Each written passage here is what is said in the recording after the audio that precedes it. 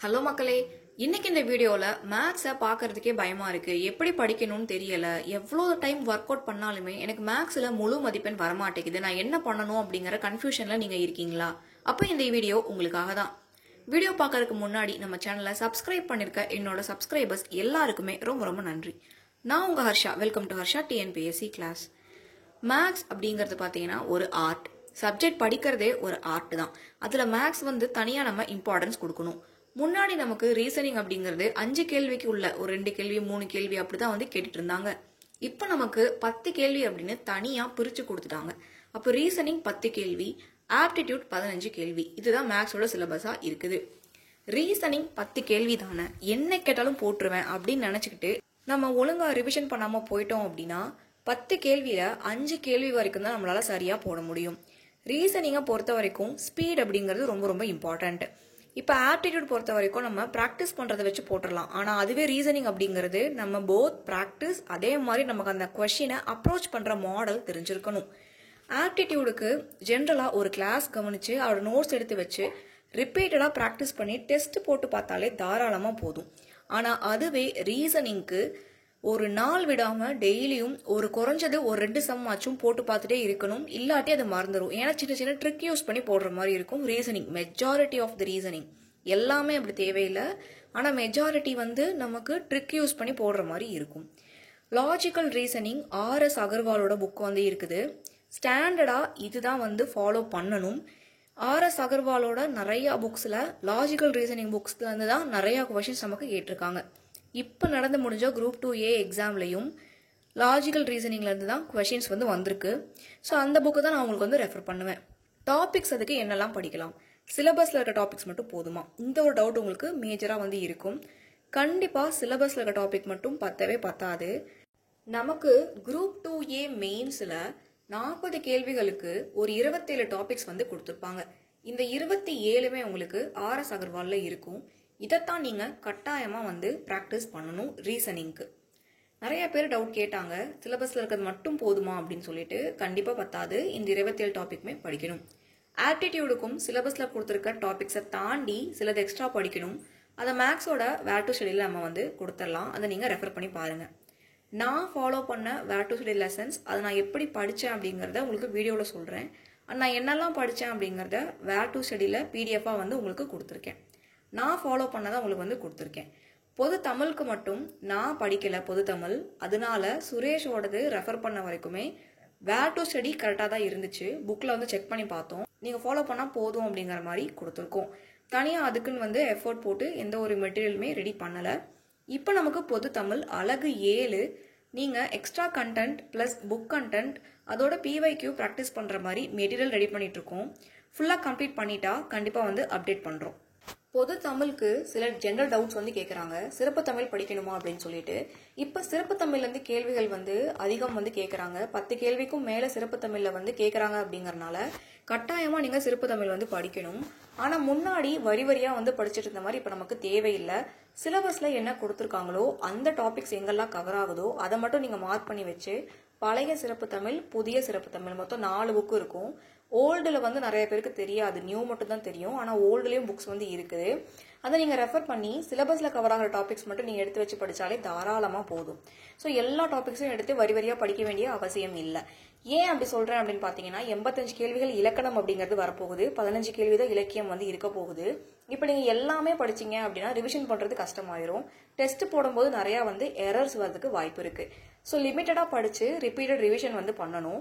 ஒருவேளை நீங்கள் படித்ததுலேருந்து கேள்வி வரல அப்படின்னாலுமே ஆப்ஷன் எலிமினேட் பண்ண தெரிஞ்சிருக்கணும். அதனால லிமிட்டடாக படித்து நிறையா ரிவிஷன் பண்ணுறத நான் உங்களுக்கு சஜஸ்ட் பண்ணுவேன். இப்போ தமிழ் நான் படிக்கல, அப்புறம் எப்படி தமிழ் சொல்கிறேன் அப்படின்னு பார்த்தீங்கன்னா, தமிழ் படித்த 2-3 பேர் நம்ம கிட்ட இருக்காங்க. என்னோட ஃப்ரெண்ட்ஸாக இருக்காங்க. நம்ம டீமில் ஒருத்தவங்க ஒர்க் பண்ணுறாங்க. அவங்க எனக்கு தமிழில் நான் என்ன டிப்ஸ் சொல்லணும் அப்படிங்கிற கண்டென்ட் ரெடி பண்ணி கொடுப்பாங்க. அதை நான் படிச்சுட்டு தான் உங்களுக்கு நான் எக்ஸ்பிளைன் பண்ணுவேன்.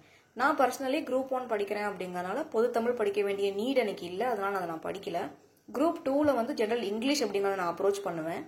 ஸோ அதுக்காக தமிழே படிக்காம தமிழை பற்றி பேசக்கூடாது அப்படி இல்லை. என் தாய்மொழி தமிழ், அதை பற்றி பேசுறதுக்கான முழு உரிமை எனக்கு இருக்கு. ஒரு கண்டென்ட் நமக்கு தெரிஞ்சிருந்தா மட்டுமே அதை பற்றி பேசுறதுக்கு தாராளமாக போதும். அதை படிச்சு தான் சொல்லணும் அப்படின்னு அவசியம் இல்லை. எத்தனையோ அகாடமியில் நமக்கு வந்து டீச் பண்ணிட்டு இருக்க ஸ்டாஃப் யாருமே சர்வீஸில் வந்து கிடையாது. ஆனாலும் அவங்க டீச் பண்ணுறாங்க. எப்படின்னா எக்ஸ்பீரியன்ஸ். நமக்கு பெரிய பெரிய அகாடமியில் நிறைய பேட்ச் வந்து ஜாயின் பண்ணி படிப்போம். அங்கே நம்ம பேப்பரை கரெக்ஷன் பண்ணுறவங்க நிறையா டைம் அவங்க அட்டம்ப்டில் ஃபெயில் தான் ஆயிருப்பாங்க. நிறைய ஃபெயிலியர்ஸ் தான் நம்ம பேப்பரை கரெக்ஷன் பண்ணி நமக்கு வந்து மார்க் போடுவாங்க. அதுவும் எக்ஸ்பீரியன்ஸ் தான். எக்ஸ்பீரியன்ஸ் இருந்தாலே ஒரு சப்ஜெக்ட் நாலேஜ் வந்து தாராளமாக போதும். சர்வீஸ் வாங்கிட்டு தான் நம்ம டிப்ஸ் சொல்லணும் அப்படின்னு அவசியம் இல்லை. என்னோட டிப்ஸ் எனக்கு நான் படிக்கிறத கம்ப்ளீட் பண்ணுறதுக்கு சக்ஸஸ்ஃபுல்லாக இருந்தனால தான் அதை நான் உங்ககிட்ட வந்து ஷேர் பண்ணுறேன். நிறையா பேர் வந்து ஹர்ட் பண்ணுற மாதிரி கமெண்ட் வந்து போட்டிருந்தாங்க. நீங்களே படிக்கல அப்புறம் ஏன் சொல்கிறீங்க அப்படின்னு சொல்லிட்டு. சொல்கிறதுக்கு படிச்சிருக்கணும் அப்படிங்கிற அவசியம் இல்லை, தெரிஞ்சிருந்தா மட்டும் போதும்.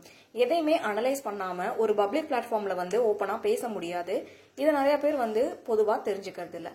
அதே மாதிரி கேஜெட்ஸ் வந்து வச்சிருக்கிறத பற்றி பெருசாக வந்து நினைக்கிறாங்க. என்கிட்ட என்ன இருக்குதோ அதை தான் வந்து நான் காட்ட முடியும். ஸோ அதை வந்து தப்பாக எடுக்காதீங்க. நம்ம சொல்ல வர கண்டென்ட் என்ன அப்படிங்கிறத மட்டும் லிசன் பண்ணுங்க.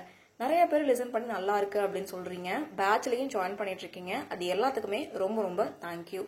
இந்த வீடியோ ஃபுல்லாக பார்த்ததுக்கு தேங்க்யூ. அடிஷ்னலாக 2 அனௌன்ஸ்மெண்ட் இருக்கு. நம்ம சேனலை இப்போதான் நீங்கள் புதுசாக ஃபர்ஸ்ட் டைம் பார்க்குறீங்க அப்படின்னா அந்த அனௌன்ஸ்மெண்ட் உங்களுக்காக தான். அதையும் ஸ்கிப் பண்ணாமல் ஃபுல்லாக பாருங்கள். டெஃபினட்டாக உங்களுக்கு யூஸ்ஃபுல்லாக இருக்கும். இந்த வீடியோ ஃபுல்லாக பார்த்ததுக்கு தேங்க்யூ. நம்ம சேனலை நியூவாக ஜாயின் பண்ணியிருக்கவங்களுக்கு ஒரு அனௌன்ஸ்மெண்ட் இருக்குது. ஸோ ஸ்கிப் பண்ணாமல் ஃபுல்லாக பாருங்கள். எக்ஸல் பேட்ச்னு இந்தியன் எக்கனாமிக்காக லான்ச் பண்ணியிருக்கோம். இது உங்களுக்கு இங்கிலீஷ் தமிழ் 2 மீடியமுக்கே சூட்டபுளாக இருக்கும். நீங்கள் என்ன லாங்குவேஜில் ப்ரிஃபர் பண்ணுறீங்களோ அந்த பேட்சில் நீங்கள் ஜாயின் பண்ணிக்கலாம். இந்த ஒரு எக்ஸல் பேட்சில் சமச்சீர் புக்கு 6th-லேருந்து 12th வரைக்கும் இருக்கிற எல்லா புக்கில் கவர் ஆகிற எக்கனாமி லெசன்ஸோட ஹைலைட்டட் பாயிண்ட்ஸ் வந்து உங்களுக்கு கொடுப்போம். அந்த ஹைலைட்டட் பாயிண்ட்ஸை நீங்கள் சூப்பர் ரிவிஷன் பண்ணுறதுக்கு யூஸ் பண்ணலாம். இந்த ஒரு பேட்சோட டியூரேஷன் 15 நாள். 10 நாள் ஸ்டடிக்கு ஸ்பெண்ட் பண்ணுவீங்க, 5 நாள் டெஸ்ட்டுக்கு ஸ்பெண்ட் பண்ணுவீங்க. 5 நாள் உங்களுக்கு ஃபுல் டெஸ்ட் அப்படிங்கிறது எக்கனாமி இருக்க போகுது. ஒரு கொஷின் பேப்பர்லேயும் 100 கொஷின்ஸ் அப்படிங்கிறது இருக்கும். டோட்டலாக 30 லெசன்ஸ். ஒரு நாளைக்கு 3 லெசன் அப்படிங்கிறத படிக்க போகிறோம். அப்போ 10 நாளில் 30 லெசன் அப்படிங்கிறத முடிச்சிடலாம். ஸோ ரிவிஷன் டெஸ்ட்டை பொறுத்த வரைக்கும் நமக்கு 500 கொஷின்ஸ் வந்து கவர் ஆக போகுது 5 ரிவிஷன் டெஸ்ட்டில். கொஷின் ஃபார்மேட் உங்களுக்கு பிடிஎஃப் ஃபார்மேட்டில் இருக்கும். டெஸ்ட்டோட கொஷின்ஸ் வந்து பைலிங்குவலில் தமிழ் அண்ட் இங்கிலீஷ் 2லேயுமே உங்களுக்கு வந்து கொடுத்துருவோம். பேட்சில் நீங்கள் ஜாயின் பண்ண போகிற அந்த பிடிஎஃப் வந்து உங்களுக்கு எய்தர் இங்கிலீஷ் ஆர் தமிழில் இருக்கும். எகைன் சொல்கிறேன், ஸ்கூல் புக்கோட பிடிஎஃப் தமிழ் ஆர் இங்கிலீஷில் இருக்கும். டெஸ்ட் உங்களுக்கு பைலிங்குவலாக இருக்கும். இந்த பேட்சோட அமௌண்ட் 199 rupees. பேட்ச் உங்களுக்கு March 10 அன்னைக்கு ஸ்டார்ட் ஆகும். போனஸாக உங்களுக்கு கைடன்ஸ் அப்படிங்கிறத கொடுத்துருவோம். இந்த கைடன்ஸ் அப்படிங்கிறது ஆன்லைனில் உங்களுக்கு கிடைக்கிற எனார்மஸ் மெட்டீரியல்ஸில் இம்பார்ட்டண்ட்டாக படிக்க வேண்டிய மெட்டீரியல் என்ன அப்படின்னு உங்கள்கிட்ட சொல்கிறது தான் போனஸ் அப்படிங்கிற கைடன்ஸ். இது நீங்கள் 30 லெசன்ஸுக்கு ஹைலைட்டட் பிடிஎஃப் வாங்குறதுக்காக மட்டும்தான் 199 அப்படிங்கிறத பே பண்ண போகிறீங்க. இது ஒரு செப்பரேட் பேட்ச் அப்படிங்கிறனால March 10 அன்னைக்கு நீங்கள் அவைலபிளாக இல்லைனாலுமே மார்ச்சில் ஜாயின் பண்ணாமல் ஏப்ரல் மே ஜூன் எப்போ ஜாயின் பண்ணாலுமே எக்கனாமி பொறுத்த வரைக்கும் இதே 30 லெசன்ஸ் தான். ரிவைஸ்டு புக் ரிலீஸ் பண்ணாலுமே பெருசாக எந்த ஒரு சேஞ்சும் ஆகாது. மொத்த புக்கையும் மாற்றுற வரைக்குமே எந்த ஒரு சேஞ்சஸுமே இருக்காது. ஸோ உங்களுக்கு எப்போ இந்த பேட்சை இந்த அனௌன்ஸ்மெண்ட்டை நீங்கள் பார்க்குறீங்களோ அப்போ நீங்கள் டெலகிராமில் காண்டாக்ட் பண்ணி பேட்சில் ஜாயின் பண்ணி ரொம்ப கம்மி டேஸில் எக்கனாமியை கம்ப்ளீட் பண்ணிடலாம். TNPSC Indian polity for English medium ஆஸ்பிரன்ஸுக்கு மெயின்ஸ் பாலிட்டி நோட்ஸ் வந்து லான்ச் பண்ணியிருக்கோம். 25 PDF மெட்டீரியல்ஸ் 199 rupees. இந்த ஒரு மெட்டீரியலில் உங்களுக்கு ப்ரிலிம்ஸ் அண்ட் மெயின்ஸில் அனாலிட்டிக்கல் கொஷின்ஸ் கேட்டால் அதை எப்படி அப்ரோச் பண்ணலாம் அப்படிங்கிற ஐடியா கிடைக்கும். அண்ட் ப்ரிலிம்ஸ் முடிக்காமல் மெயின்ஸும் கம்பைண்டாக படிக்கணும் அப்படின்னு விருப்பப்படுறவங்களுக்கு இந்த ஒரு பேட்ச் மெட்டீரியல்ஸ் ரொம்பவே சூட்டபுளாக இருக்கும். இந்த மெட்டீரியல்ஸை பர்ச்சேஸ் பண்ண எல்லாருமே இதே போல் மற்ற யூனிட்ஸுக்கும் கொடுங்கன்னு கேட்குற அளவுக்கு ரொம்ப குவாலிட்டியான மெட்டீரியல்ஸ். அண்ட் பாலிட்டி தான் ஃபஸ்ட்டு வந்து லான்ச் பண்ணோம். பாலிட்டி பேட்சில் ஜாயின் பண்ணி மெட்டீரியல் வாங்கின எல்லாருமே எக்கனாமி பேட்சிலே ஜாயின் பண்ணி மெட்டீரியல்ஸ் வாங்கிட்டு இருக்காங்க. ஸோ நீங்கள் இதை வாங்க விருப்பப்பட்டால் நம்ம டெலகிராம் சேனல் கமெண்ட்டில் how to get Harsha's polity நோட்டுன்னு கமெண்ட் பண்ணால் எங்கள் டீம் உங்களை காண்டாக்ட் பண்ணுவாங்க. நம்ம மெட்டீரியல்ஸ் பர்ச்சேஸ் பண்ணுற ஃபுல் டீட்டெயில்ஸ் எல்லாமே டெலகிராமில் தான் இருக்குது. விசிட் பண்ணி பாருங்கள். தேங்க்யூ.